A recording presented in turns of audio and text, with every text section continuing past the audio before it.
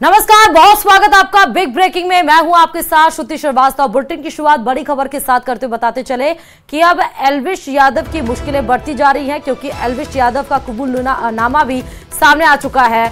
एल्विश यादव के खिलाफ नोएडा पुलिस की चार्जशीट भी दाखिल हो गई है। एल्विश यादव के खिलाफ नोएडा पुलिस की चार्जशीट है, जिसमें नोएडा पुलिस ने एल्विश से पूछे 121 सवाल, साथ के साथ वीडियो बनाने की बात कबूली है। न्यूज 18 पर सवालों की एक्सक्लूसिव कॉपी भी आ चुकी है, जिसकी तस्वीर हम आपको दिखा रहे हैं। एल्विश को पहले से पता था गैर कानूनी है जो वो काम वो करते हैं। सांप का जहर कहां किसके पास नहीं बताया है। तो चार्जशीट की ये कॉपी जो आपको दिखा रहे हैं, यही और चार्जशीट है जिसमें 121 सवाल पुलिस के द्वारा पूछे गए हैं। लेकिन अभी तक एल्विश यादव ने ये नहीं बताया है कि किसके पास है जहर और कहां है।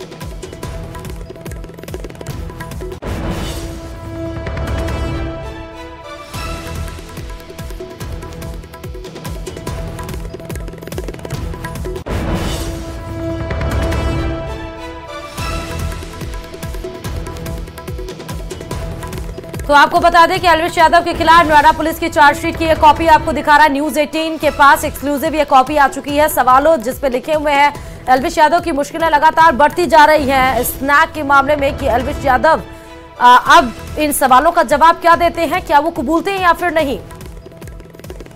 जयपुर से इस बीच में बड़ी खबर यह है कि एसएमएस मेडिकल कॉलेज के प्राचार्य का निरीक्षण हो चुका है। डॉक्टर दीपक महेश्वरी ने जनाना अस्पताल का निरीक्षण किया है। अस्पताल की व्यवस्थाओं का जायजा लिया गया है। गर्मी में परेशान मरीजों से फीडबैक लिया जा रहा है। मरीजों से अस्पताल की व्यवस्थाओं का हाल जाना जा रहा है कि गर्मी में मरीजों का हाल क्या है, क्या दवाइयां उपलब्ध कराई जा रही हैं, क्या एसी, पानी, इन सब की अच्छी व्यवस्था है, पंखा क्या सुचारू रूप से संचालित है या नहीं है, बेड की व्यवस्था है या नहीं है। तमाम चीजें जो होनी चाहिए जरूरी हॉस्पिटल में जनाना अस्पताल का निरीक्षण करते हुए आपको नजर आ रहे हैं। मरीजों से अस्पताल की व्यवस्थाओं को सीधे जानने के लिए यह निरीक्षण किया गया है। डॉक्टर दीपक महेश्वरी ने जनाना अस्पताल का निरीक्षण किया है। आपको ये तस्वीरें भी दिखा रहे हैं। जयपुर से बड़ी खबर है, जनाना अस्पताल है जहां पर गर्मी के हाल को जानने के लिए निरीक्षण किया गया है डॉक्टर दीपक के द्वारा। और एक और बड़ी खबर जयपुर से है, जहां पर प्रदेश में अघोषित कटौती का दौर जारी है। लगातार बिजली कटौती से लोगों की परेशानियां बढ़ रही हैं कि एक तरफ गर्मी है, दूसरी तरफ बिजली कटौती। अब लोग इन सब के बीच में करे तो करे क्या। लोड शिफ्टिंग के नाम पर बिजली कटौती की जा रही है। बताया जा रहा है कि लोड ज्यादा बढ़ रहा है, क्योंकि गर्मी के मौसम में तमाम घरों में एसी संचालित होती है, एक नहीं दो। उससे क्या होता है कि लोड ज्यादा पड़ता है, इस वजह से बिजली कटौती हो रही है। लोड शिफ्टिंग का आधार बताया जा रहा है बिजली कटौती के लिए। ग्रामीण इलाकों से लगातार कटौती की शिकायतें मिल रही हैं। बिजली की डिमांड और सप्लाई में बड़ा अंतर बताया जा। लगातार गर्मी के प्रकोप से बिजली की डिमांड बढ़ रही है। बिजली की डिमांड बढ़ने की वजह से बिजली के ऊपर प्रेशर आ रहा है, इसलिए कटौती की जा रही है, ऐसा कारण बताया जा रहा है। लेकिन इससे लोग बेहाल है, जिसकी शिकायतें लगातार मिल रही हैं। और इस बीच भीलवाड़ा से भी बड़ी खबर है। भीलवाड़ा में भीषण गर्मी का सितम लगातार जारी है। तपती गर्मी में लोगों का जीना अब बेहाल हो चुका है। दोपहर 12 बजे ही तापमान 42 डिग्री के पार पहुंचा है। हीट वेव को देखते हुए प्रशासन ने कदम उठा लिए हैं। नगर परिषद के टैंकरों से पानी का छिड़काव करवाया जा रहा है, लेकिन पानी के छिड़काव का भी कोई असर नहीं हो रहा है, क्योंकि चंद मिनटों में ही वो भाप बनकर उड़ जा रही है। लोगों को गर्मी से राहत देने का प्रयास लगातार जारी है प्रशासन के द्वारा। भीलवाड़ा की आप खबरें देख सकते हैं। ये जो आपको तस्वीर दिखा रहे हैं, जो सड़क पर पानी पड़ा हुआ है, वो टैंकरों के द्वारा छिड़काव करवाया जा रहा है लगातार, ताकि जो हवा चले वो ठंडी चले। लोगों को हीट वेव या जो 12 बजे ही दोपहर में जो पारा 45 के ऊपर पहुंच जा रहा है, उससे लोगों को थोड़ी राहत मिल पाए, इसलिए प्रशासन के द्वारा जो कदम उठाने चाहिए वो उठाए जा रहे हैं। लेकिन फिर भी लोगों को तपती गर्मी से राहत नहीं मिल पा रही है। भीलवाड़ा की तस्वीरें आपको दिखा रहे हैं। गर्मी में भीषण गर्मी का फिलहाल सितम जारी है। और जयपुर से खबर है, जहां पर कश्मीर के अनंतनाग में आतंकी हमले से जुड़ी इस वक्त की सबसे बड़ी खबर आपको बता रहे हैं। आतंकी हमले में गोली लगने पर फरहा जो घायल हो गया था, उसको जयपुर लाया गया है। एसएमएस हॉस्पिटल के ट्रॉमा सेंटर में फरहा का उपचार जारी है। आतंकी हमले में घायल फरहा के पति तबरेज भी गोली लगने से घायल हो गए थे। 5 दिन पहले अनंतनाग में आतंकियों ने जयपुर से गए पर्यटकों पर गोलियां बरसाई थी, जिसमें आपको बता दें कि पति पत्नी को गोली लगी थी, जिसमें वो घायल हो गए थे। अब उनको जयपुर लाया गया है। ये लाइव तस्वीरें हम आपको दिखा रहे हैं जयपुर से, आप देख सकते हैं। जयपुर से ये सीधे लाइव तस्वीरें अनंतनाग में, कश्मीर, जम्मू कश्मीर के अनंतनाग में जिस तरह से फायरिंग हुई थी यात्रियों के ऊपर, वो तस्वीरें, और आप जयपुर लाया गया है। सीधे मौके से हमारे संवाददाता विष्णु जुड़े हुए हैं। विष्णु, क्या जानकारी देंगे वहां से आप? देखिए, फरहा को 5 दिन के बाद में कश्मीर से जयपुर लाया गया है। फिलहाल मैं मौजूद हूँ यहाँ एक्सरे रूम में, जहाँ पर फरहा को एक्सरे के लिए लाया गया है। फरहा से हम बात करेंगे, चूंकि 5 दिन के बाद आए हैं तो परिवार जो है काफी संभाल के लिए भी यहाँ पे आ चुका है। एक बार बात करूंगा मैं फरहा से। फरहा, आज 5 दिन के बाद आप आ गए हैं यहाँ पर। आप 5 दिन के बाद यहाँ पर आए हैं, क्या कहना चाहेंगे आप? सब आपको सुन रहे हैं, देख रहे हैं। मैं 5 दिन के बाद आई हूँ, लेकिन मैं अपने हस्बैंड की भी ना आई हूँ ना, तो मुझे अच्छा नहीं लग रहा है। क्या हुआ था उस दिन? उस दिन फायरिंग हुई थी। देखिए, अभी बहुत कुछ बोलने की स्थिति में ये नहीं है, क्योंकि ये एक्सरे रूम है और कुछ मेडिकल रिस्ट्रिक्शंस भी यहाँ पर है, ऐसे में हम ज्यादा दिखा नहीं पा रहे। एक बार हम बात, बिल्कुल देखिए प्रियंका, यहाँ पर जो है वो एक्सरे है वो शुरू हो चुका है, लेकिन डॉक्टर अनुराग धाकड़ हमारे साथ मौजूद है। अनुराग धाकड़ से हम बात करेंगे कि क्या इलाज यहाँ पर चलेगा फरहा का आने वाले में। अनुराग जी, लाइव है, क्या उपचार चलने वाला है अभी यहाँ पर?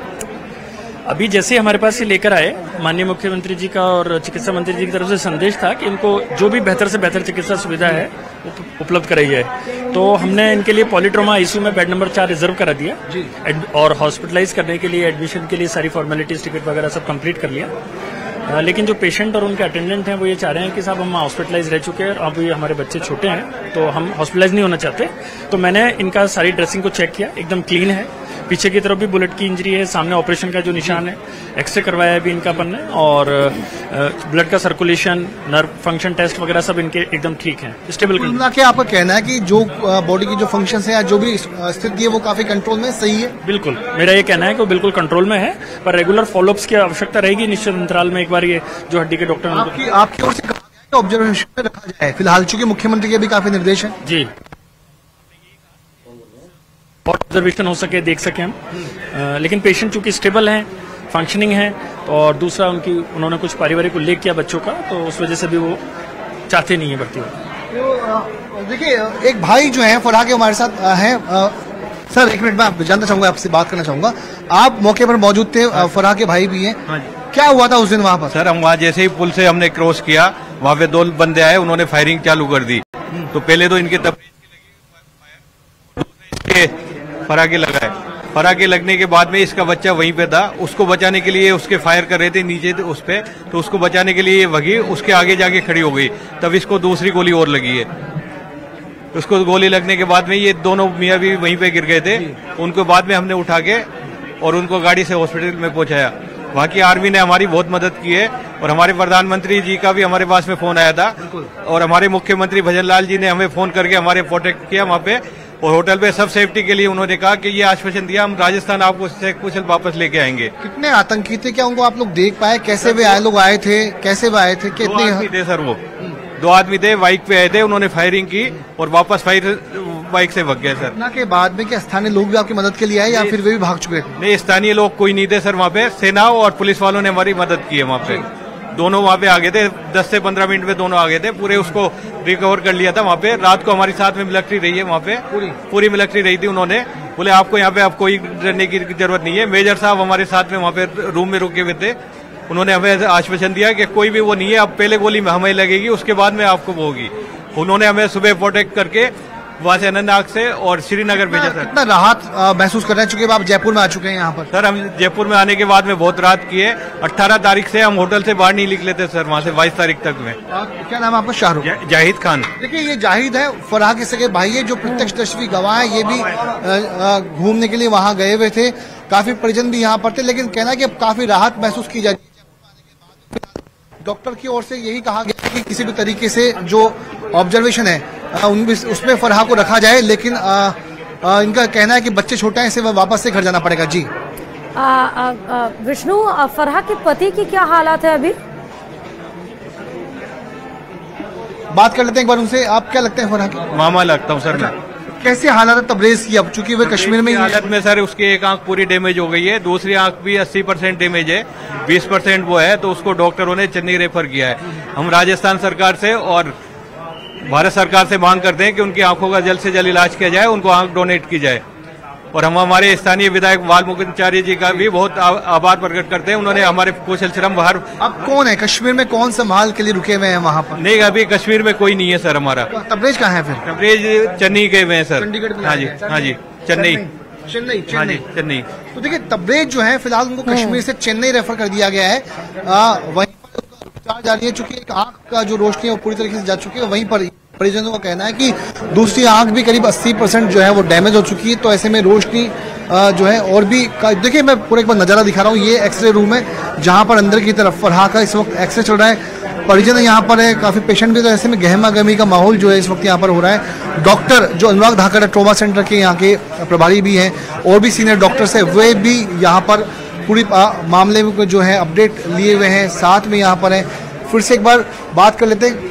अभी डिसाइड हुआ है कि फरहा एडमिट रहेगी या नहीं रहेगी सर? हमारी तरफ से सारी तैयारी पूरी है, हमने एडमिट भी बनाया है और उनके परिजनों को बताया भी है, किंतु वो अभी इस दुविधा में है कि जो उनके बच्चे हैं वो छोटे हैं।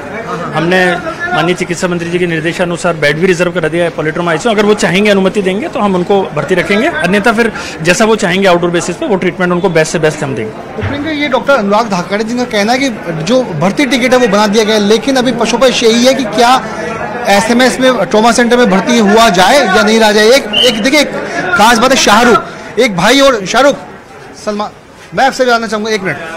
देखिए ये एक शख्स है जो साथ में मौजूद है फरहा के भाई, ये एक निशान इनके गले पर नजर आ रहा है, ये निशान मैं दिखाना चाहूंगा।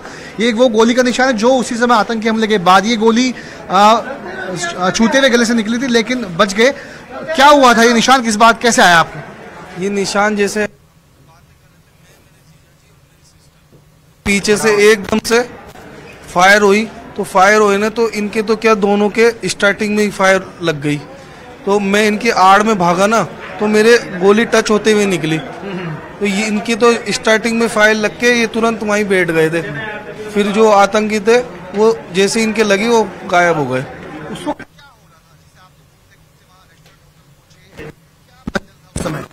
वो हमारा तो हम आए थे घूम के, और घूमने के बाद हम थका के आए थे, डिनर का टाइम था हमारा, तो हम बस लॉन में घुसे ही थे।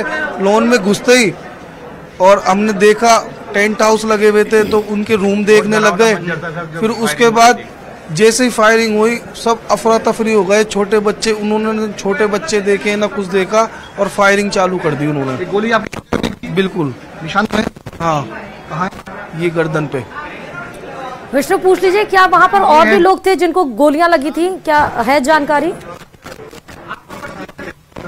शाहरुख, मैं एक बात जानना चाहूंगा, फायरिंग जब हुई क्या और भी किसी की गोली लगी, वहाँ पर कितने लोग उस वक्त मौजूद थे? वहाँ पे मौजूद कम से कम हमारे से पहले जो थे वो कम से कम बहुत सारे टूरिस्ट थे।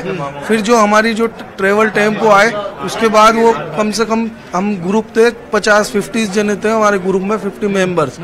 तो जब वो आधे लोग तो हमारे ग्रुप के अंदर चल चुके थे, कम से कम 30 जने अंदर जा चुके थे, जो हम 20 जने रह चुके थे। उसके बाद उन्होंने जो फायरिंग करी ना, तो स्टार्टिंग में मेरे जीजा जी और सिस्टर ही खड़े थे और उनके साथ मैं खड़ा था, तो उन्होंने फायरिंग चालू करी। स्टार्टिंग में उनके लग गई, फिर और जो जने थे और सब नीचे भाग गए थे, कमरे में भाग गए सब। काफी चीख पुकार मच गई, चूंकि किसी ने सोचा ही नहीं होगा। आप जयपुर से घूमने के लिए गए हुए थे, बड़े आराम से आप घूम रहे थे, काफी डरावना मंजर हो गया होगा उस वक्त। बिल्कुल, बहुत डरावना, कभी हमने ऐसे देखा नहीं कभी जिंदगी। विष्णु, बहुत बहुत शुक्रिया तमाम जानकारी देने के लिए, क्योंकि 5 दिन पहले हुए अनंतनाग में ये जो घटना वो दर्दनाक थी। फिलहाल फरहा को जयपुर लाया गया है, आगे के प्रोसीजर, मेडिकल प्रोसीजर फॉलो किए जा रहे हैं। अब खबरों में आगे बढ़ते हुए बताते चले कि परिवार में किसी की मृत्यु के बाद शोक सभा रखी जाती है, साथ ही अंतिम संस्कार के बाद की सभी क्रियाएं भी संपूर्ण की जाती हैं। लेकिन उदयपुर में एक अजीब मामला हुआ है, जहां एक माता पिता ने अपनी जीवित बेटी की शोक पत्रिकाएं बंटवा दी और मृत्यु भोज भी करवा दिया है। देखिए रिपोर्ट।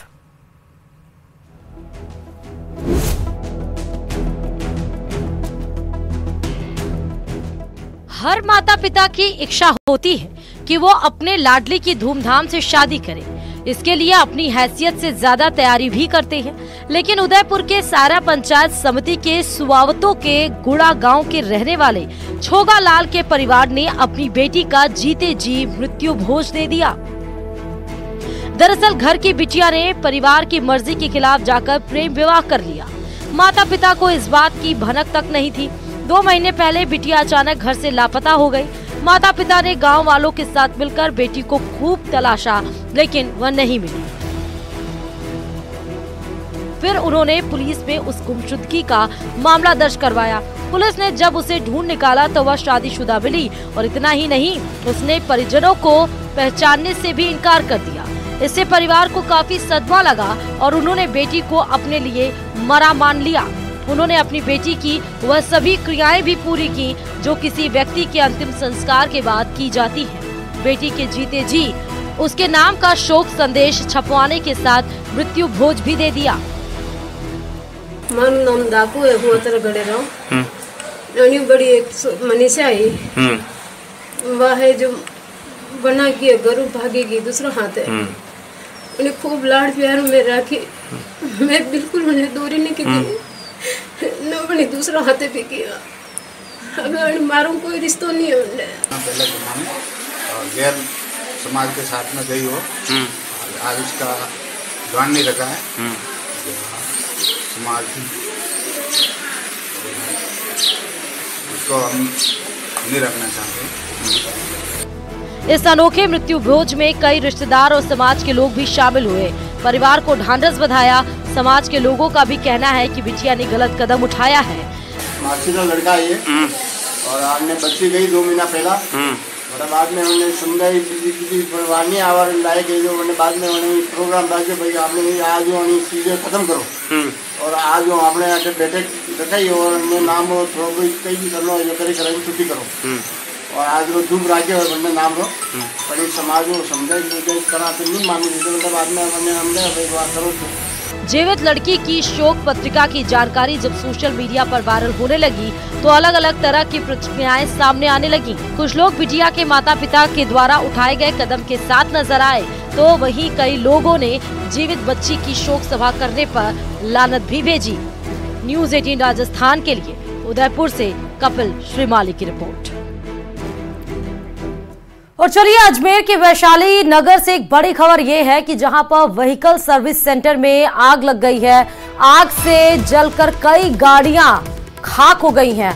आग लगने के कारण जो वहां पर छत था वो भी टूटकर नीचे गिर गई। आग को बुझाने के लिए फायर ब्रिगेड की 4 गाड़ियां मौके पर मौजूद हैं। ये तस्वीरें अजमेर से आपको दिखा रहे हैं। व्हीकल फैक्ट्री में ये आग लगी है जहां पर कई गाड़ियां क्षतिग्रस्त हो गई हैं। कई गाड़ियां आग के चपेट में आकर खाक हो गई हैं। आग की वजह से छत भी टूटकर गिर गई, तो तमाम बड़ा नुकसान। फायर ब्रिगेड की 4 गाड़ियां मौके पर मौजूद हैं। आग को बुझाने का भरसक प्रयास जारी है। आपको अजमेर से ये बड़ी खबर बता रहे हैं, अजमेर के वैशाली नगर से बड़ी खबर। व्हीकल सर्विस सेंटर है, ये फैक्ट्री नहीं माफ करेगा, सर्विस सेंटर है जहां पर सर्विस कराने के लिए तमाम गाड़ियां वहां पर रखी गई होंगी और उन सब में आग लगकर कई गाड़ियां खाक हो गई हैं। फिलहाल कितनी गाड़ियां आग की चपेट में आई हैं इनका आंकड़ा भी नहीं आया है। आग किस वजह से लगी ये भी कार्रवाई का विषय है, लेकिन आग को बुझाने के लिए 4 दमकल की गाड़ियां मौके पर मौजूद हैं। आग पर भरसक जल्दी ही प्रयास काबू पा लिया जाएगा। और बांसवाड़ा जिले के मोटा गांव में एक बहू और उसके प्रेमी की ससुराल पक्ष के लोगों ने रस्सी से बांधकर सरेआम जमकर पिटाई कर दी। सोशल मीडिया पर फोटो वायरल होने पर पुलिस मौके पर पहुंची। सोशल मीडिया पर फोटो वायरल होने पर पुलिस हरकत में भी आई और महिला और युवक को थाने लेकर आई। महिला अपने पति के ही खिलाफ बंधक बनाकर मारपीट करने की शिकायत दर्ज कराई। महिला की रिपोर्ट पर पति समेत 8 अन्य के खिलाफ मारपीट करने के आरोप में मामला दर्ज कर लिया गया है। आरोपी पति को डिटेन किया जा चुका है। पुलिस के मुताबिक महिला 18 मई से गुमशुदा थी। प्रेमी युवक लोहारिया के तोड़ना गांव का रहने वाला है। महिला के पति और परिजनों ने दोनों को 5 दिन बाद ढूंढ निकाला और गांव लेकर आए। आरोप यह है कि यहां युवक के हाथ पैर रस्सी से बांध दिए, महिला को पेड़ से बांधकर उनकी बेरहमी से पिटाई कर दी।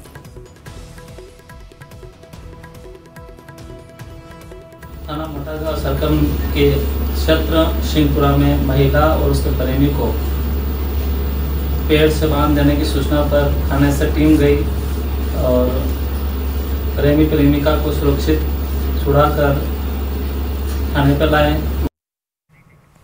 और अब खबर कोटपुतली बेरोड से है, जहां बांसूर में पैंथर ने एक किसान को मौत के घाट उतार दिया।